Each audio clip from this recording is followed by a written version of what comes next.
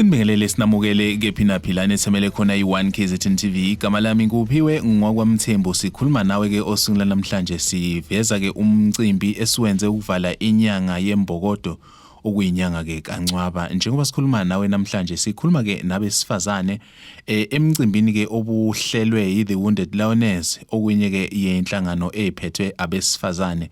Inhloso ke enkulu ukuthi bazocobelelana ngolwazi baphinde ke bekhulisane kwezamabhizinisi kanjalo ke nakweminye nje imikhakha yempilo. Njengoba sisho ke isiqubulo negama sithi ke The Wounded Lioness, okushuthi ke ngokuqonda kwami kusho ukuthi lapha abesifazane abadluleke ezimweni ke eningi ezahlukahlukene, kodwa ke base bekwazi ukuthi beyithintithe bevuke beqhubeke nempilo ukuze kuyiwe phambili. Siyofisa ukuthi isikhulume nabo osungula namhlanje sizwe nje ukuhleleka kwalomcimbi kanjalo nenhloso yawo ngokukhuluma nabo ngokwehlukahlukana uma ngabe sithi ke abakhulume. Igama lami nguNobuhle wakaNgqulunga, ozalwa eWard 7 kweSakamthethwa eMabhuyeni.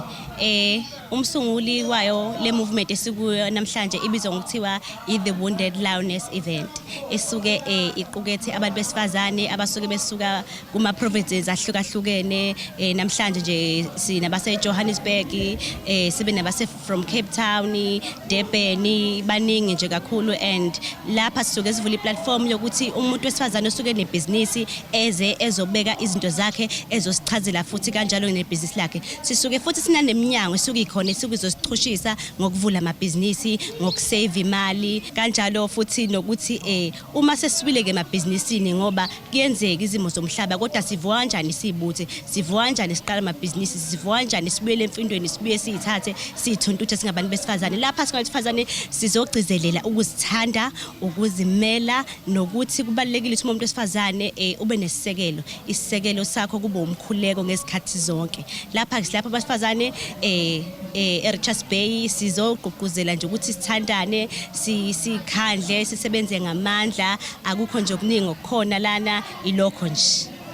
Ngicabanga ukuthi umdidiyeli walolu hlelo noma ngithi nje walenkonzo, because it's more than just about ukuhlala sonke but nokukhonza uNkulunkulu at the same time. I think uke wabuka ukuthi as abantu besifazane eqineni kwethu but siyadinga ukuthi sike sithobane amanxeba. One of the main things ezenzakala namhlanje ukuthi ingathi sithobane amanxeba. There's a lot of hugging, there's a lot of crying, there's a lot of worshiping uNkulunkulu, because kunalento yokuthi siyaduduzana for everything that we've been through, because ukuba umuntu wesifazane especially in South Africa kunezinto eziningi, siyabulawa, siyadlengulwa, sibukelelwa phansi, maningi ama rights wethu that abukelelwayo, even in the workplaces, even kuzo zonke izinto that we do on a daily basis sibukelwa phansi. Kugcinwa ngathi zabantu besifazane silana ukuzothi how do we now not knock into kuma opportunities but singene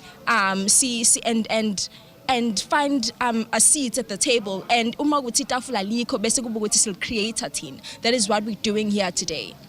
Lokho esihlangene ngakho namhlanje kusinika inselelo yokuthi kubantwana bethu abasakhula, noma ngabe isiphi isimo ababhekana naso, noma ngabe yiphimpi aseke abhekana nayo, kodwa kukho konke adlula kukho uma evuka njengomuntu wesifazane ethi mina ngizovuka ngenze ngibe owesifazane onamandla okwazi ukwenza izinto ilunge, noma ngabe kuthiwa ngilimele kangakanani kodwa ngizovuka ngize lapha amanxeba ngiqhubekele phambili. Let me start by saying ngijabule kakhulu and ngiyaziqhenya ngoMrs Ngqulunga. Umntwana ke ngicela uqala nje ngisho kanjalo okhule phambi kwethu, seeing her ekhula eze afike ekuthenini uyashada ebese ezoba womunye wabesifazane esingathi she's fixing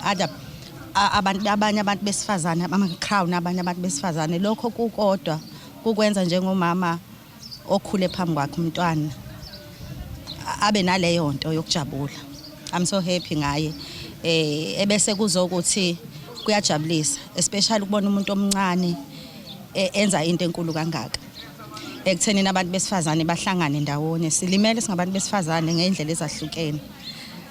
uma ekhala umuntu wesifazane nalo usuke ekhale sakhe kodwa kusalayo sonke silimele in different ways. Kulokho kukodwa sengathi nje uNkulunkulu angamsiza amqhubekelise phambili kungagcini nje kodwa kugcine sekuhamba ama provinces ahlukene. Ilokho kusenhlizweni yami and we are praying for her. Ekhule ebandleni bakithi eShaya Thomoyi bekumnandi ukumbona nje ekhule enza lento kuyajabulisa. Igama lami Ndingiphindile. Isename kuMtiki. I'm the founder and the CEO yeMakoti Style. Si based eGoli, eSandton. Originally born and bred Eastern Cape, ndingumXhosa. Ndingumthembu Bhuzubuzu, ndinguhala, ndinguzondo zintshaba zingazomenzando. Namhlanje uthe xa ihlaba ikhwelo nobuhle wathi ufuna amakhosikazi. Ndingomnye wabo. But ndathi ndithi amanxeba ayaphola kodwa izibasi azisuki. Ayithi lonto ungavuki uzithintithe. Namhlanje sizothi komama abalimeleyo endleleni abakhubekileyo mabavuke bavuthulule. We've been there sisuka apho nathi kodwa savuka savuthulula sabheka khona. Ndithi ke mna ke sidinga abantu endleleni. Sidinga abantu when you need someone to cry azawumamela ngendlebe. There is a challenges life in ezifikayo ezingafuni family member, ezingafuni friend, ezifuna someone to listen ukuthi akuphe indlebe utsho uphole. Namhlanje sizopholisa namanxeba. Namhlanje sizobekana apha. Namhlanje khona abahlolokazi. Kukhona abantu abaye bafeyila esithembini not because ufeyile ngoba bethanda. The challenges adibene nazo akhange akwazi ukumelana nazo. Mbukeli ke sikhuluma nawe siyazi ukuthi ke abesifazane siphuma esikhathini la khona bebecindezeleke ngendlela eziningi ezahlukahlukene nakuba sibona kancane kuya ke bevuleleka amathuba kodwa kusekhona lokho kusalela ke emuva ikakhulukazi ngasekushintsheni nasekuthenini bekwazi ukuthi ke bephathe ke indawo ebezaziwa ngokuthi ke lezi indawo ziqhoqhobelwe kakhulu amandla kuzona ke abantu besilisa. Siyafisa kodwa ke ukuthi sibheke ukuthi yini ke engenziwa ukuze ngempela ke lesi simo sigcine ke sishintshe ngokuphelele. Nakho konke lokho sikuthola uma ngabe sithi ke abakhulume. Esingakwenza my brother ukuthi sibanikeze a platform nabo whereby bezo expressa okukubona because the women are so creative. Even abadlula thina samadoda they are so creative. So ukubanikeza ke leyo nto so that kuzoba khona into ekuthiwa inequality la South Africa cause iningakhulu asilingani. Njengamanje sibona abantu besifazane beshayela ama truck code 14 which is good for women. Eqaleni in a decade or half a decade bekwazi ukuthi nje no ayimsebenze kanje yenziwa kanjena yenziwa into abesifazane abayenze njengoba besilisa kuphela strictly abantu besilisa kuphela. So siyabona nabanye sebeyakwazi ukubeka itina abantu besifazane sehlezi sibona kuma social networks sihlezi sibona. So lokho kusinikeza abantu ukuthi no abantu besifazane they have power, they have ama skills ukuthi ukuphela ukuthi thina senjani siwathatha lama skills bese siyawapolisha sikwazi ukuthi sibafake sibabe involved kuyo yonke yama programs esiwenzayo. Generally in South Africa, high unemployment iphezulu kuningi. That is why I'm saying ukuthi as females because the seats at the table ayikho, it's fine, let's create the table, let's be the ones that create these opportunities. Bese silando dadewethu namhlanje sihlangene si shumayela lelizwe ukuthi as create lamatafula bese siyalanda nasodwa and kube yithini ukuthi we are in power of the things that we've created because asifice secreatiwe asisanandawo kukhona because even sizama ukungena kuthiwa we are not enough, we inadequate. So let's just senze lokwethu because I believe that ngoba sihlangene amandla angaphakathi makhulu kakhulu. It's just that we have to realize them bese sithatha lawo mandla ebese sikhanda okukhulu because enye into esilimazayo ukuthi asibumbananga asihlangene. So ekuhlanganeni kwethu sithatha ipower yethu cabanga ipower umuntu esifazane oyedwa, imagine a power of 10 other women ukuthi what kind of things, what kind of businesses we can create. So I believe ukuthi asenze kanjalo, let's create those businesses, let's create those opportunities for others, because kuthiwa siyinzala abantu, sizobazala kanjani abantu ingekho into esizobazalela yona, because our country every single day siyabona ukuthi lishona phansi, akube yithina ke sekha nama opportunities okukhuphula abanye abantu. Uyabona ke empilweni bhuti wami kufuneka ukwazi ukuhandlishana nezimo, ufuneka ukwazi ukumanyuva apho ukhoyo, ufuneka ukwazi uba ku level uhambe nendawo kuyo, uba kulo ndawo kubhlungu nawe ufile as if kubhlungu, ukwazi accommodate yonke into kuyo ngelo xesha ukulo environment okuyo. Namhlanje bhuti wami kumnandi sisuke eGoli thina sizopholisa amanxeba kwabalimeleyo, sizothi abaveka abhlungu kuyedlula bhuti wami, trust me. Xa singathetha izitori zethu thina ungathi senza kanjani okanye sidlule kanjani. We've been through a lot empilweni, but naku namhlanje sibahle, naku namhlanje savuka savuthulula, sathathisa, asajonga imva bhuti wami, asifuna impilo jonga emva, sifuna impilo yokujonga phambili. Apho sifuna ukuya khona sifuna ubheka phambili. Ipast yethu ayisoze senze lento bhuti wami, amanxeba sibe nawo awasoze senze lento. That is why ngithi apholile, but awakasuka izibazi kodwa wona apholile. Uyabona namhlanje I have a smile ebusweni bami, ndincumile. Xa ndingakuxelela istory sami endisuka kuso ubungathi ndincunyiswa yintoni, sendipholile bhuti wami, kumnandi. Yeyibona, ndiyavuya inkosi. Lolu suku lube impumelelo ukuthi lube impumelelo kumina, lungijabulise kakhulu. Bekungelula, bekunzima, but then ngoba kwenzekile kushuthi yinto bekumele yenzeke.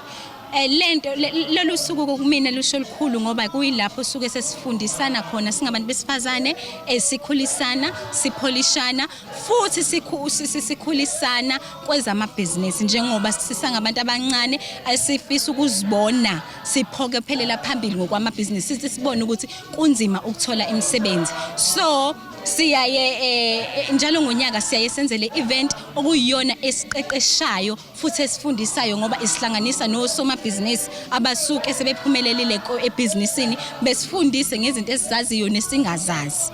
So kuthina lolu suku lukhulu kakhulu futhi liyasijabulisa ngoba asihambi singaphethela uthi emqondweni kodwa kukhona isihamba sikuphethe, and kuyasijabulisa kakhulu. Omunye umuntu omusha osakhula noma ngabe imuphi, into kufanele ayifunde ukuthi ngeke uzukushintshe ukuba wena, ngeke uzukushintshe ukuba umuntu wesifazane. Azikho izinto ozibalekelayo uma umuntu wesifazane, makuqhamuka ama challenges wamele njengomuntu wesifazane, njengomama wakusasa okusafanele akhulisa abantwana, abafundisa ukuthi impilo iqala la iyaphambili. Ubona nje bhuti wami, singabantu besifazane sesisemikhakheni eminingi ngokwamabhizinisi.